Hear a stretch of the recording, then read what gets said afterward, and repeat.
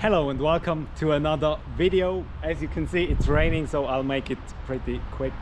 I'm gonna pick up my new daily right now. I had a Mercedes C-Class for, I don't know, 9 months. So it wasn't really old and it wasn't really necessary to change it, but during this 9 months it was in the workshop for I think 7 or 8 times, and it has just a lot of electrical issues and with sensors doesn't working and stuff, and so I just got really tired of it, so I decided to get a new daily, and that's what I'm gonna get right now. So let's have a look at it.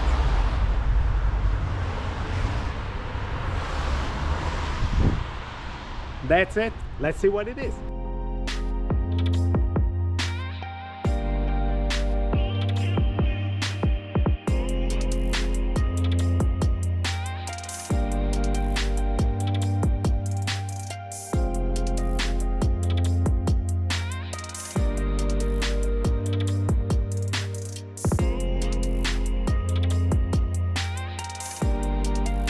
So I think the best thing about the car optic-wise is the rear. So let's start with that. At the rear you do have some very nice bits like these made from carbon fiber. The rear diffuser, it looks very nice, and also the tailpipes are copper.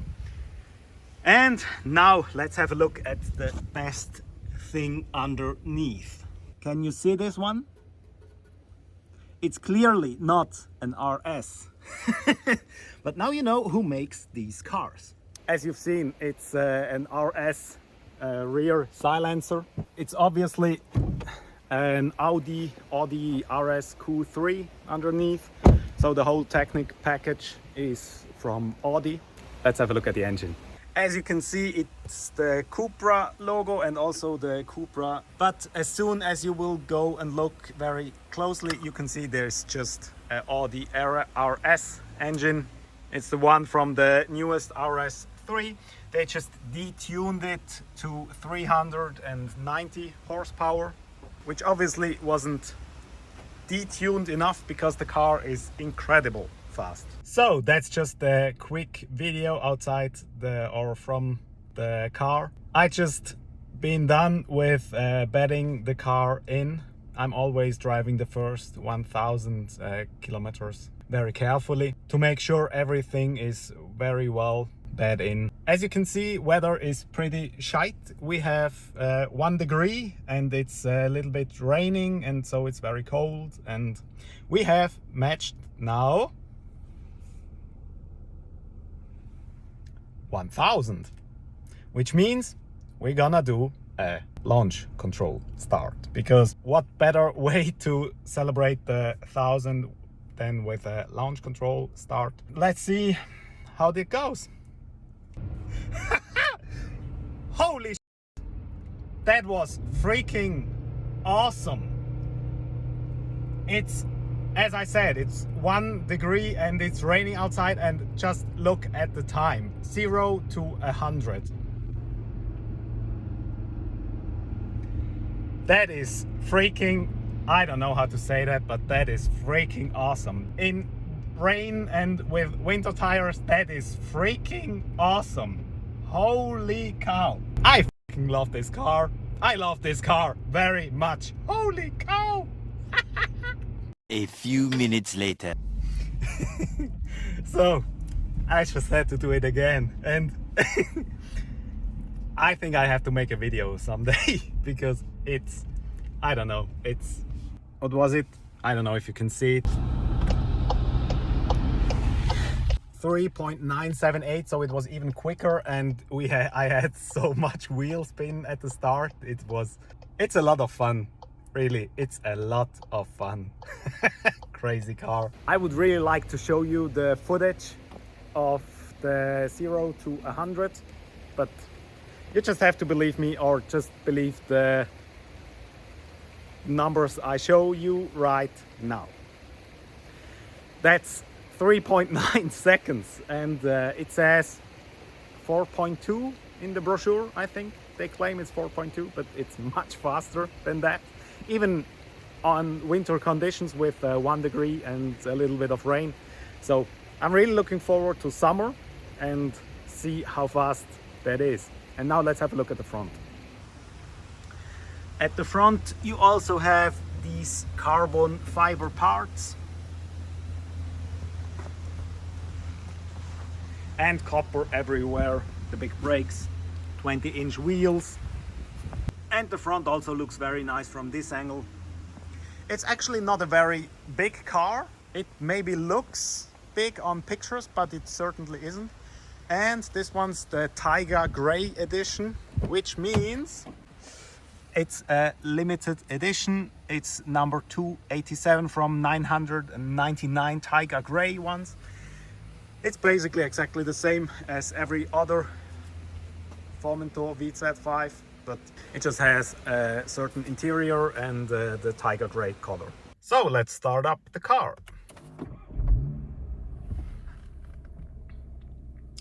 Now you can see these are actually 3 different displays, and you can set them up separately. You can choose whatever you like to have. Whatever it is makes you happy. I like to know these things. Then you can choose also on the middle side.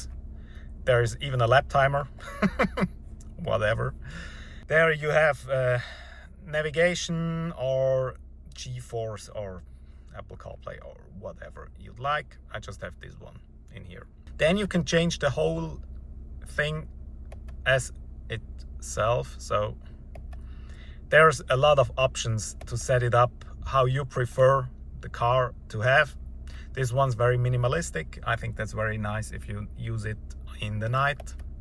So not that much. I just normally use this one because you have everything you need to see. And you can set that up just with these here and the view. Also for heated steering wheel, have that from the GR Yaris, was the first one I had. Now I think every car I have has it, so that's very nice. Also the displays are made very nicely. Also the graphics look quite nice. So fuel economy, as you can see, I've driven over 3,000 Ks and I have 10.2 liters for 100 Ks. And as we say in German, Kraft kommt vom Kraftstoff, which means power comes from power stuff. Power stuff, it's fuel, it's just the German word is Kraftstoff or Benzin, but yeah, you get what I mean. You can see this display, you can see these buttons down here.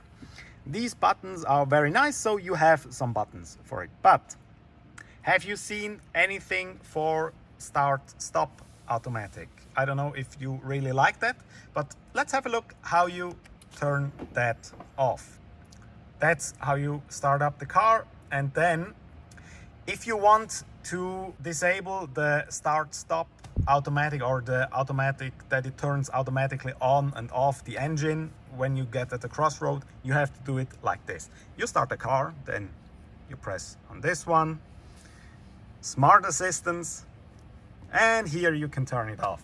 So instead of just having one button, you need to press the whole thing, or you need to press 3 times, so just to disable the start stop system. If you look at this, when you can see my hand, you can see on the side there's some buttons. As soon as you get near with your hand, it detects your hand and then it tells you what it is. So that's something I think that's really nice. It's just some small details, but yeah.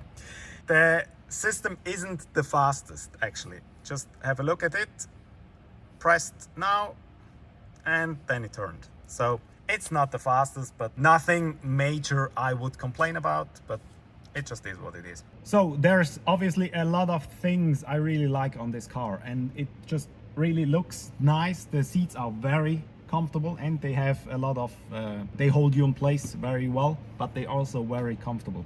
There are a few things I not hate, but I really don't like at this car. So first, let's have a look at this. You can see the lights, right? There's a surrounding area, just a small area, which is illuminated. all the time. So when you're driving at night, this is also illuminated. It's not that bright, but I don't know why they've done it. They rather moved this illumination down here to the where you can set up the temperature of the car or the temperature of the air conditioning. That would make much more sense. These are just some small details. I'll get over it, or you'll get over it, so it's not that hard. Then they have obviously the lane assist and everything, so what a modern car just needs to have. But let me tell you one thing I really don't like on the car. It's just a small thing, but I think it's just really, really stupid. And this is what I was talking about. Everything's illuminated except for here you can't see anything. And these are always illuminated. I don't know why. Yeah, it is what it is. But the car looks very nice otherwise. And the brakes are absolutely fantastic. The car is absolutely running fantastic. It's so fast, but it's an absolutely fantastic car otherwise. So just some small details which are a little bit annoying. So let's have a look at the interior of the car.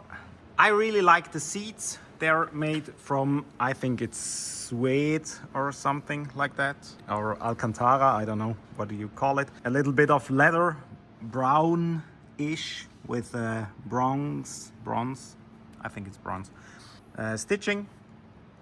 The same on the Armaturenbrett.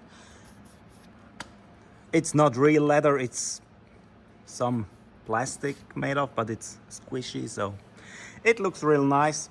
And also the steering wheel, it also has this, it's copper, everything. So let's have a look at it. So the steering wheel, you have start stop, that's the start button, every other button you need. This one's Cupra logo. It's for choosing the mode you're in, normal, comfort, or sport, or Cupra, or whatever. Coming to the center console, you have obviously the big display. Here you can, that's touch down here. Here you can set up temperature, lower or higher. And if you touch it with 2 fingers, it's for the seat heating. And that's also one of my, not the seat heating, but this panel down here. It's one of the main critic points I have on this car. Everything else is illuminated. Every button, even the small plus on the pedal is illuminated, but this down here is just dark. So when you're driving in the night, you can't see anything, so you don't know where to touch. So that's, I think, not very ideal. Down here, we also have a few buttons. I especially like this one, ESP off, and when you press it long, it's completely off. Handbrake, the electronic handbrake, obviously, closing of the doors, and that's something called automatic hold. It holds the car in place when you stop at a crossroad, for example. So I have to say, I really do like the car. I drive it all the time, and it's such a pleasure to drive. It's very fast, but also you can drive it just normally on the road. It's kind of an SUV, but not a real one, because it's not really that big, because I'm not the biggest dude in the world, and I'm taller. I'm taller than the car itself. Also the rear trunk, I don't know if I showed you that already, I think not. So let's have a look at it. One of the next videos will be about this one, the big brother. The trunk is also quite okay. It's not that big, but it's absolutely okay for what I need it to be. So, yeah. So that's it for this video. If you want to see more of this car, just let me know in the comments, or what you would like to see from it. That's it for this video. Thanks for watching. See you next week. Have a good one. Goodbye.